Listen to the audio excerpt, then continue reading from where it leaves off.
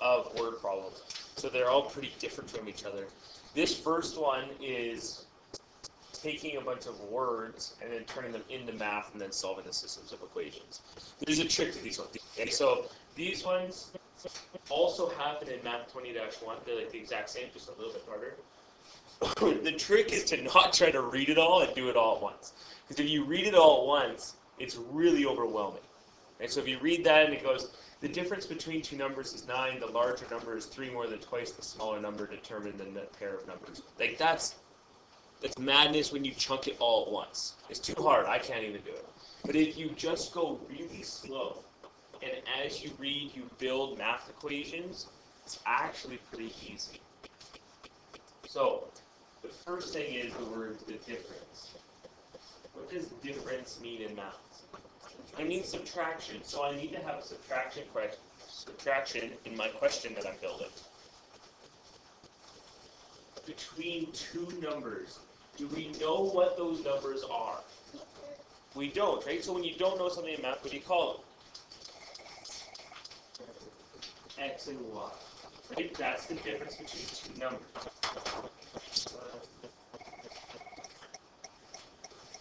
Okay, so it was the difference, which is the subtraction sign, between two numbers. We don't know what they are.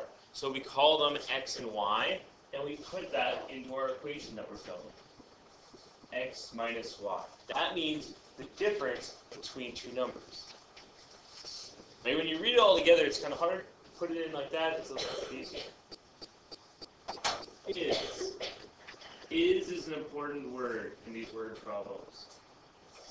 Is where your equal sign goes. So the difference between two numbers is. Now you put the equal sign. 9. Mathematically, this equation says the difference between the numbers is 9. That's how it looks. X minus Y equals 9. Make sense? It's not that bad when you chunk it. You try to do the whole thing, it's really confusing. The next one's a little harder. So the second sentence will create the second equation. It starts off with the larger number. The larger number. Okay, we have X and we have Y. One of them's bigger than the other one. And you can figure out which one's bigger by looking at it. So which one is X or Y would have to be bigger if when you subtract them, you have 9 left over. X has to be the larger number.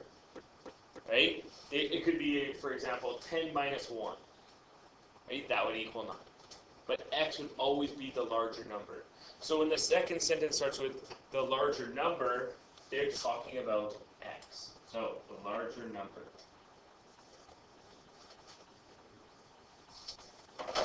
Is. What does is mean to do? Equal sign. The larger number is 3 more. In math, what would you do if you had more? You'd be adding. So the larger number is 3 more. 3 plus. 3 more than twice the smaller number. What are you doing in math if you're doing twice? You're multiplying by 2, so twice the smaller number, which was Y. It might help if you write it on the side somewhere. X equals large number, Y equals smaller.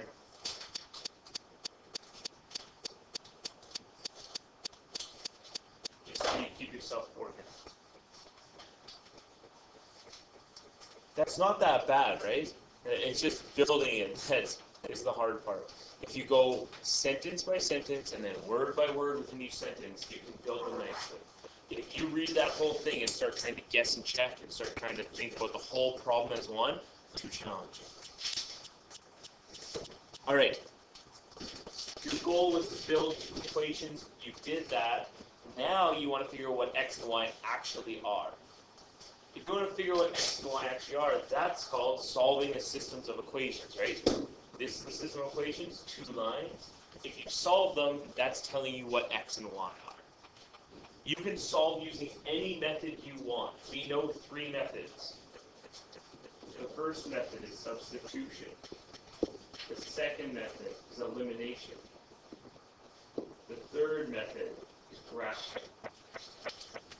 You can use any method you want, but there's usually a better one to choose for each situation.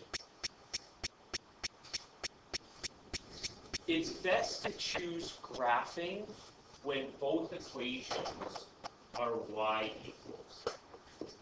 Because then that's just your y1 and your y2, right? Nice and simple. It's best to use elimination if the equations match each other, so they're the same format. Which we talked about when we did that lesson. That means like if you have all your x's, then all your y's, then all your constants, then equals, then a number. That's a really good elimination question because they can just line up on top of each other, basically. And it's usually best to use substitution if you have one variable isolated.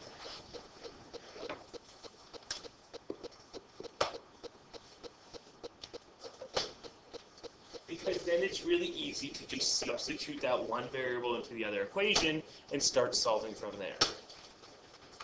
With that being said, you could use any of these methods for any question, and it would still work. It's just a little trickier to get into the format that you actually want. In this question, I would use substitution. My reason being, x is already isolated. That means I can take this right here and substitute it in for x in the first equation. So that's like the logical choice, right? That means my new equation 1 would be 3 plus 2y, that's my substitution, minus y equals. That's my substitution in my first equation. After you substitute, you want to expand to get rid of the brackets. There was nothing in front of the brackets to multiply. And collect like terms. The like terms that can be collected in this question are the y's. That means these can collect to be 3, which is still 3, plus y equals. So I substituted, I collected my like terms, and now I should only have one letter remaining. That's correct. I have one y, I have no x's. So that means I can isolate for y, get y all by itself. To do that, I'm going to subtract 3 from both sides. That means y equals 6.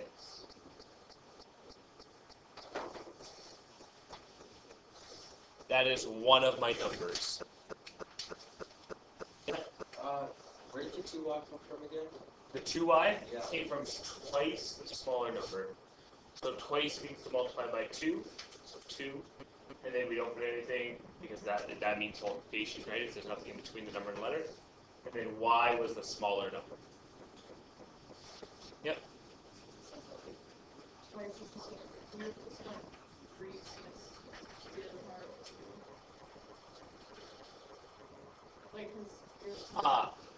Y to the power 2, like exponent 2.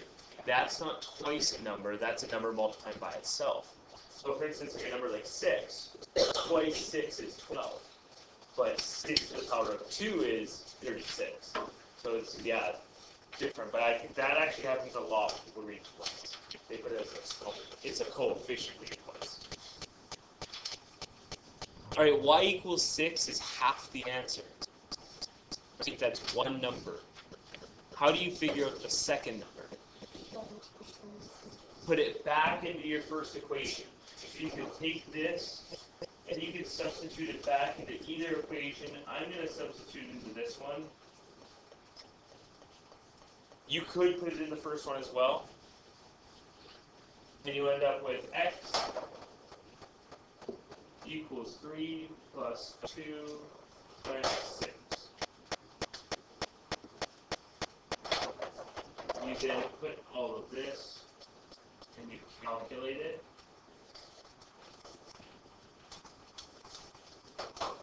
you will get x equals 50. My two numbers are 6 and 15. And if you check with the wording, that would fit. For sure. Right? The difference between two numbers is 9. The difference between 15 and 6 is 9. The larger number, 15, is 3 more than twice the smaller. You double 6, you get 12, 3 more would be 50. It actually works out. You will for sure get a question like that on your unit test on Friday. All right. Next thing. This is a word problem which has to do with area and perimeter. These ones can be a little tricky because some people just want to guess through them. Remember, like, it's probably not your best option to be guessing and checking. You're almost always better off by building two equations and solving it like a systems of equations. Right? That's the unit we're in. We're in systems of equations. So every question, there should be two things that you have. This one goes off of us understanding a couple things. The first thing is understanding what the perimeter of a rectangle means. What does perimeter mean? Yeah.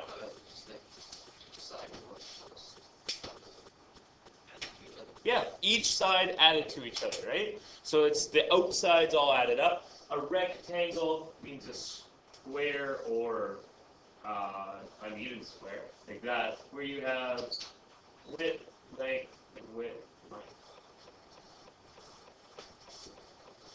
That means perimeter equals 2 widths plus 2 lengths. That's the first thing that you need to know.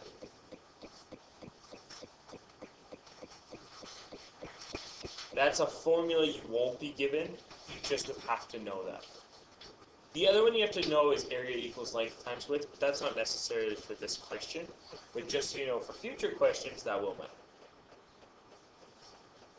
The reason this is useful to us is it's going to create our first equation for us. In the first sentence, it said the perimeter of a rectangle is 40 meters. That means 40 equals 2w plus 2l.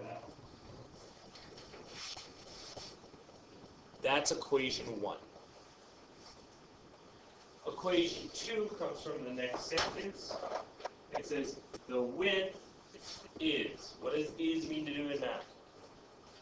Equals. Means equals. That means width equals 4 less than the length. If more was addition, then less would be subtraction. So the width is 4 less than the length. Those are my two equations. They both have length and width and nothing else. The question now is find the dimensions of the rectangle. So find the dimensions of the rectangle means solve for L and W. The best way to solve for L and W is to use a systems of equations and pick your favorite one. Graphing, elimination, or substitution. Which one would probably be the best one to use? Someone whisper. Substitution would be the one I would choose. Elimination's also like one step away from setting up really nicely. Why would substitution be a good choice for this question? Because W is already by itself and ready to be substituted into equation 1. So what I want you guys to do, I'm just going to put these side by side so I can show my work.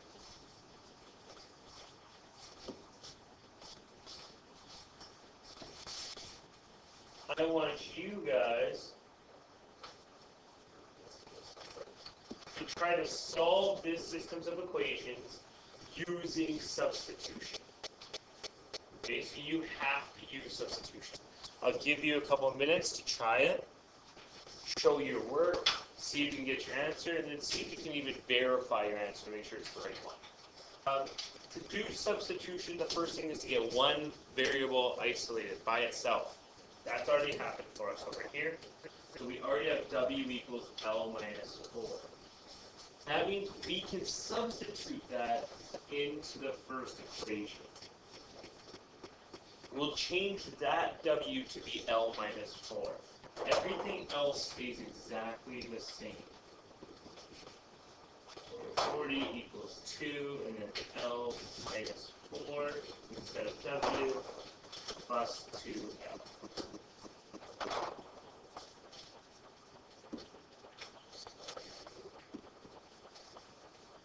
That's the substitution step. The second step would be to multiply the 2 into the brackets, right? That means distribute or expand. So when we do that, everything else is the same. 40 equals, and that would be 2L minus 8 plus 2L. The only thing that changed was the distribution. After you distribute, you collect any like terms that you might have. So that means any constants or any L's, those things can combine. 2L plus 2 more L will add together 4L.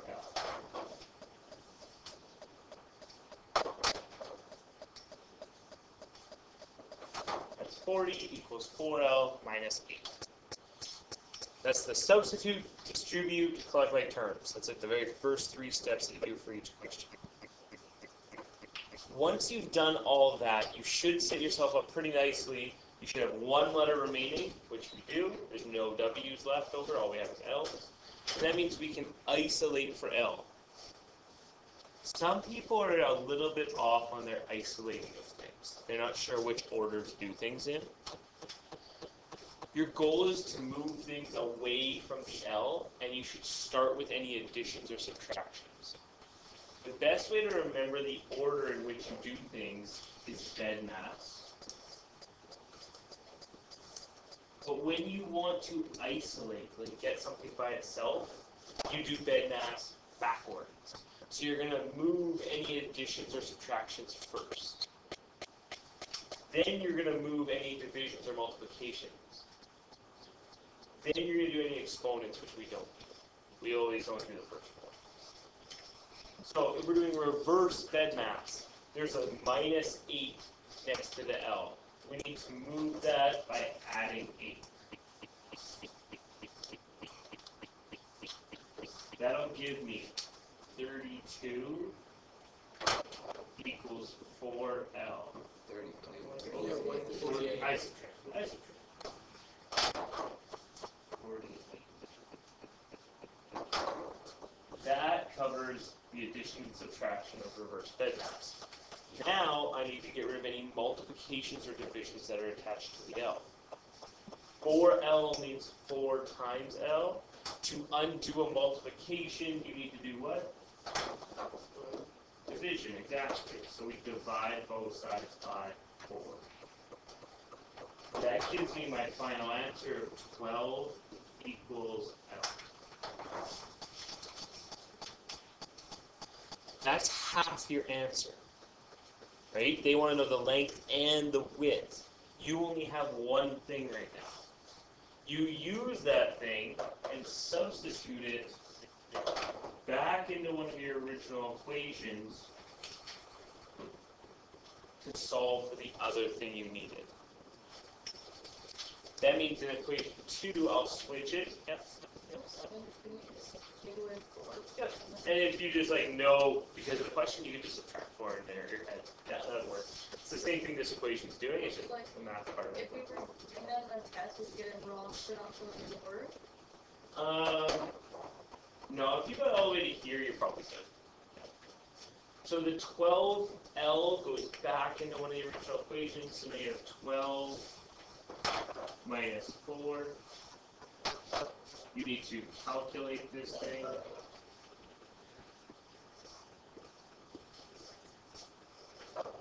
W equals 8. The dimensions of your rectangle are 12 by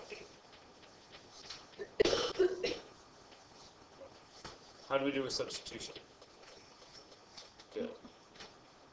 You could do elimination, you could do graphing, right? Those are all other options. It's just those options have more steps to them because they weren't set up nicely. This one was set up very nicely to do substitution.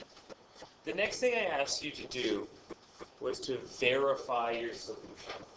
I just want to make sure we understand what that means. So verify. Anytime you see the word verify, it also means prove. I think verify is the word that you see on tests and assignments. But to verify a solution means to take both of your equations. So we had 40 equals 2w plus 2l. And our other equation was w equals l minus 4. Those were our original equations.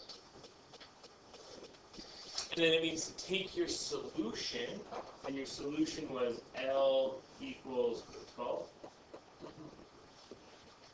and W equals, what was W?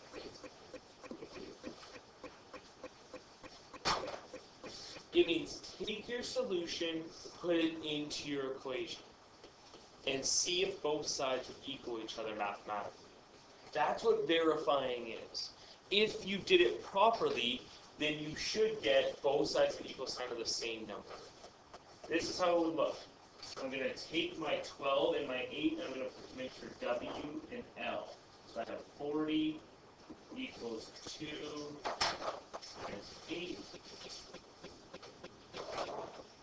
plus 2 times 12. I should have no letters left in my calculator or in my equation.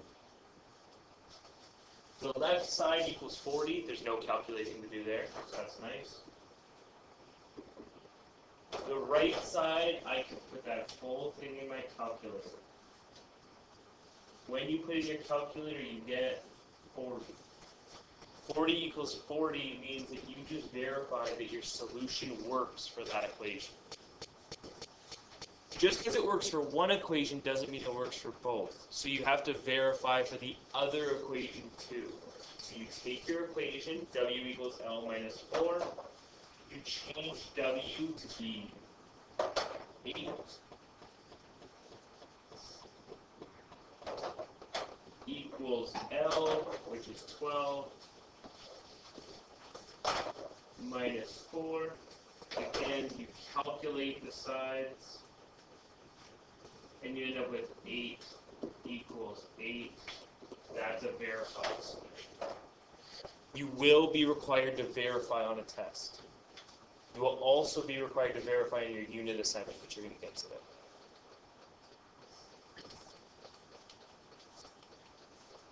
If, for some reason, you ended up with like 8 equals 6, that means your answer is not correct. It's not the proper solution to your question. Okay, so that's what means if you get two numbers that don't equal each other.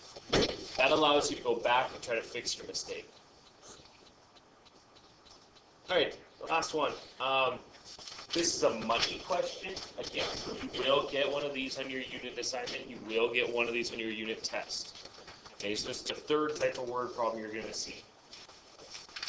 Again, building the equations is the hard part. The solving for these word problems usually isn't too bad. Building this is going to require us to do a little bit of logical thinking. So it says Gary had a total of $260 in $5 and $10 bills. What's a $5 bill going to be worth mathematically? Just 5. What's a $10 bill going to be worth mathematically? Just, those are obvious. What aren't as obvious is when you do coins. So, for instance, a nickel is 0.05. Right? A dime is 0.1. Quarter is 0.25. The dollar ones are obvious. You will have to work with coins like this in the future, so you need to know that they're decimals. I'll do need 2 near 1 and 2. I guess I should say 20s are 20. It's the coins that throw people off. I don't think we have any questions with pennies. We don't really do those in this country anymore. So pennies are 0.01. It's nickels and pennies that people would normally screw up because they forget the extra 0. Okay. If he has 33 bills in total, how many of each denomination does he have? The thing that you don't know in this question is how many 5s and how many 10s that he has, right? The number of 5s and the number of 10s are the 2 things we don't know. That means those are going to be your variables. The number of 5s I'm going to call x. The number of 10s I'm going to call y. Usually, that's the part that people mess up. They read the question and they don't actually understand what their variables are supposed to be, and then they start guessing and checking. And it gets way too hard and way too long. So if you can realize that in the money questions, it's the number of something that you're missing is x, and the number of the other one you're missing is y, it helps a lot. It helps us build our 2 equations. The first equation comes from the first sentence. Gary had a total of $260 in 5s and 10s. A $5 bill is worth 5, and we don't know how many of them there are. So if you were to be counting his money up, you would go 5 times x plus 10 times y. That's how you can count money really quickly, right? Number of 5s times 5, number of 10s times 10. That's the sentence that people don't get right. That's the equation that gets missed though. So if you're like trying to remember something important about this, it's probably anything in this box. Those are the things people all forget to do on a question like this.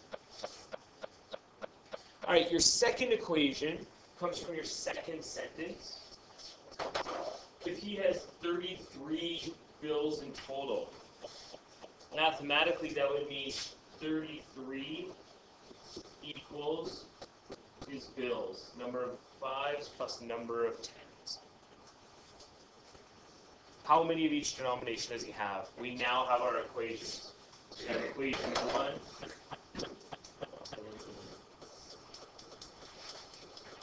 We have equation 1 right here. And equation 2 right there.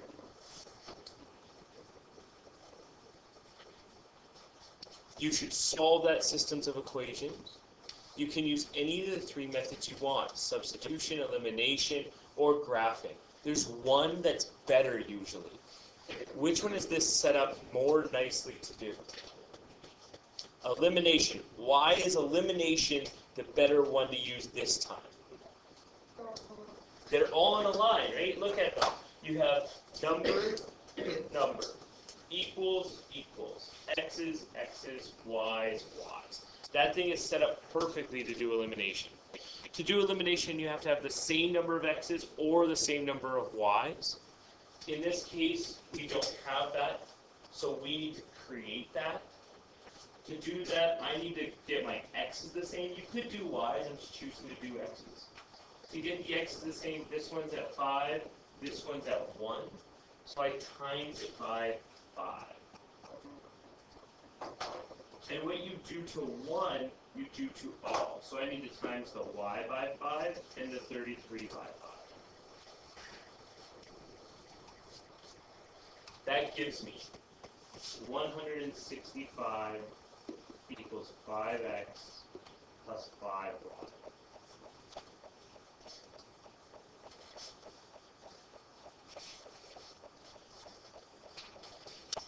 Notice that I have the same number of x's in both equations now. Right? That was the goal.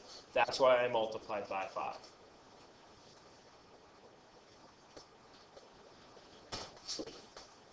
I now take that equation and I write it underneath my other equation.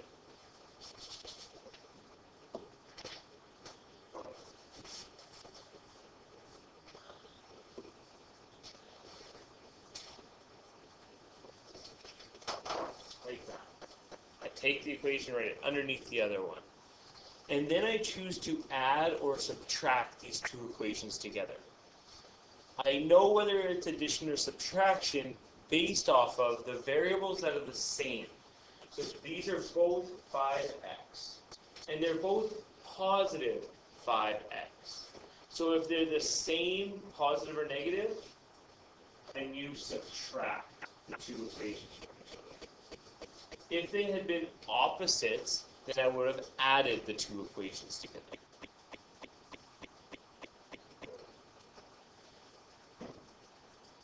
That means that subtraction goes with each thing. So 260 minus 165 equals 95. The equal sign is still there. It's in the same spot as the other two. 5x minus 5x. Those will cancel each other out. 10y minus 5y equals 5y. 15y. 5y. Subtraction. That was a struggle. The biggest thing people probably forget is that this negative sign is applying to the whole question, right? So it's positive 10y minus positive 5y. That's why it became 5y. If you eliminate properly, just like substitution, you should only have one letter left in your question, which I do. I have a y left, I have nothing else, just numbers. That means I can isolate for that y. To isolate for that y means to do reverse bed math. So I get the number by itself. You get rid of any additions or subtractions. There are none. Then you get rid of any multiplications or divisions. 5y means you need to divide both things by 5. When you divide both things by 5, you end up with 19 equals y.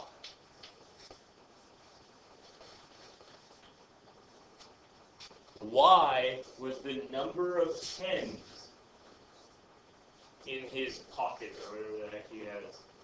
So that means he has 19 $10 bills.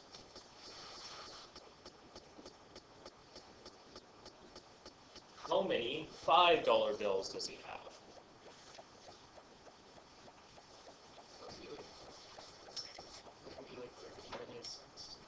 Yeah, so you're going to go back to your original questions, right? You had 33 bills in total. So 33 equals x plus y. You now know that 19 of those 33 were 10s. And you can figure out the remaining 5s. Courtney? Perfect. Go 33 minus 19. That would work. So 33 minus the 19 tens will tell you how many of the 5s he had. If you calculate that, what do you get? You get 14 $5 bills.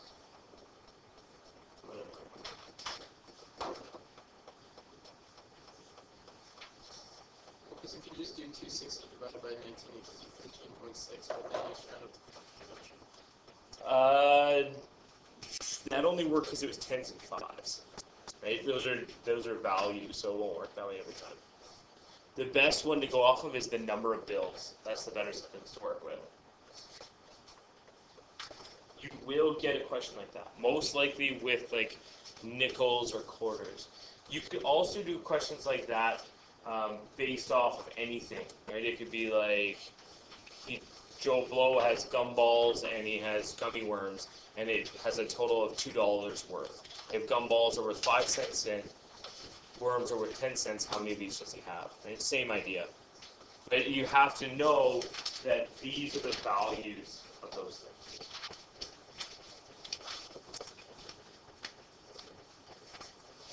All right, that does it for